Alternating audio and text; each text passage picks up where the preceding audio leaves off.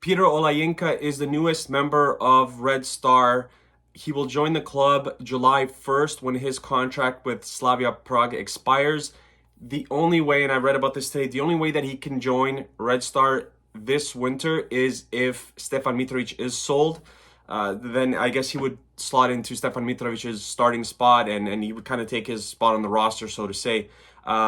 He's going to be making 800K a year plus bonuses, obviously, with how well he does individually with his stats and how well the team does.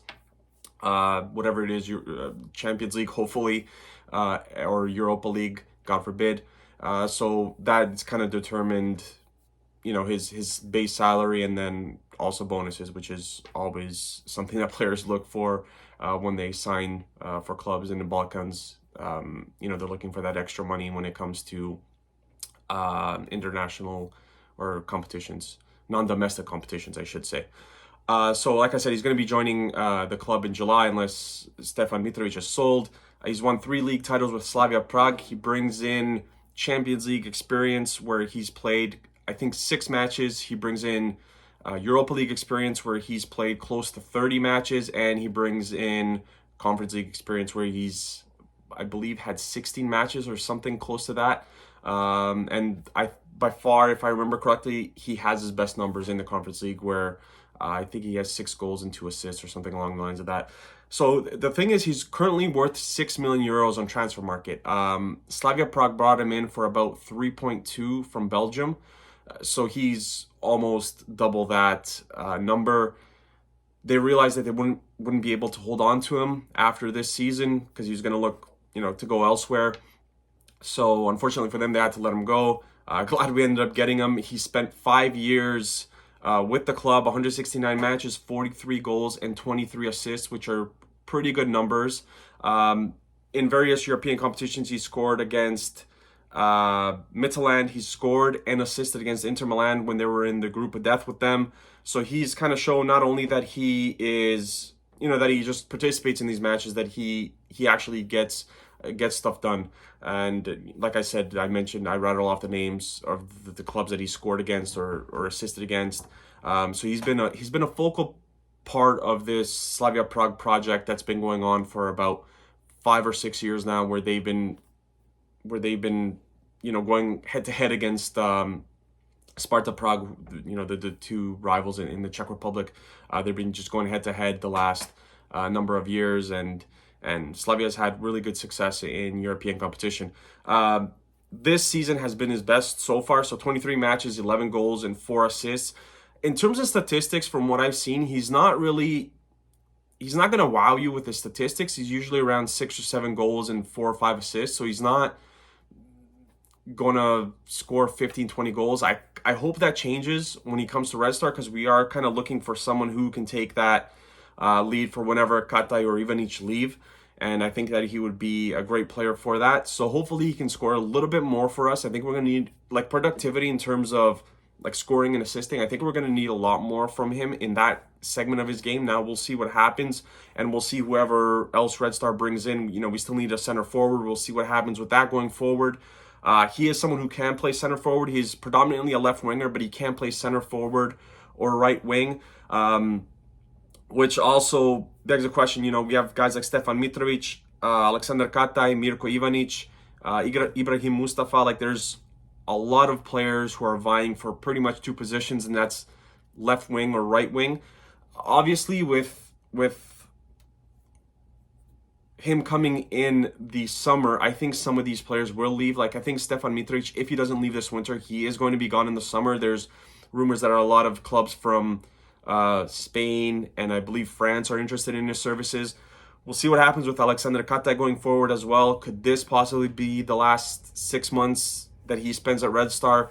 Mirko Ivanic, from what we've heard, Red Star has rejected Panathinaikos's €3 million bid for him.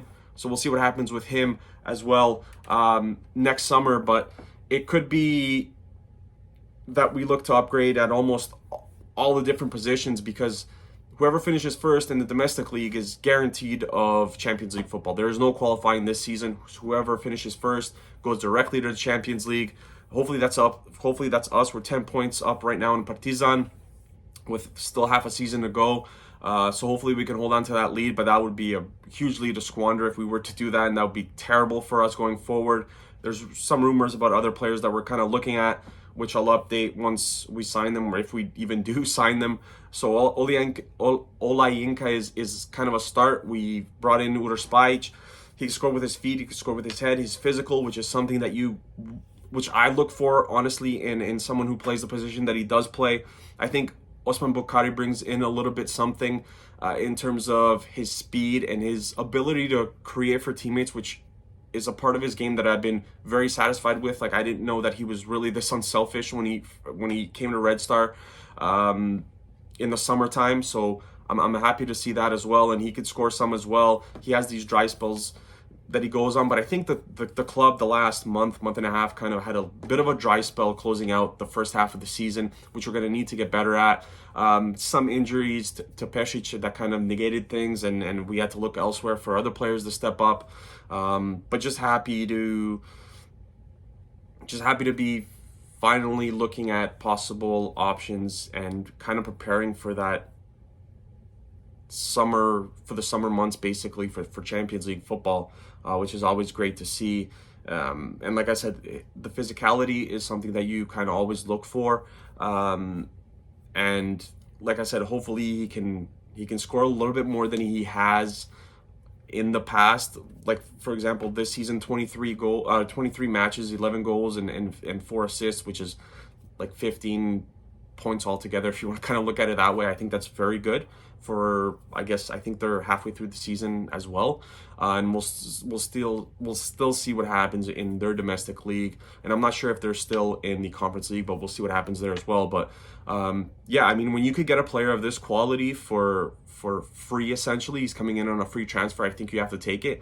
And like I said, the most important thing is he brings that pedigree and brings that Champions League and Europa League experience, which is something that you need. You can't go in a Champions League next season and sign players who don't necessarily have that experience, outside of just the domestic league. I think now we're in a different boat than we have been in before, where we were kind of begging players to come in 6-7 years ago. Now we can kind of afford to be a little bit picky, but also, we're going to have to splash some of the cash, so to say, to bring in players who are going to make a difference.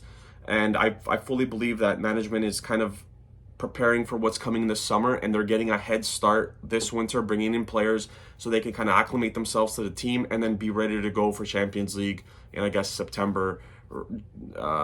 September, I guess, is when Champions League start next season. So, 6-7 months to prepare for that. I mean, it's going to be huge, and I really like this signing. Again, I would like him if he could score a little bit more for us, but apart from that, it brings in the experience that you need, and he's going to push other players to be a lot better and just fight for kind of minutes and starting spots in the squad.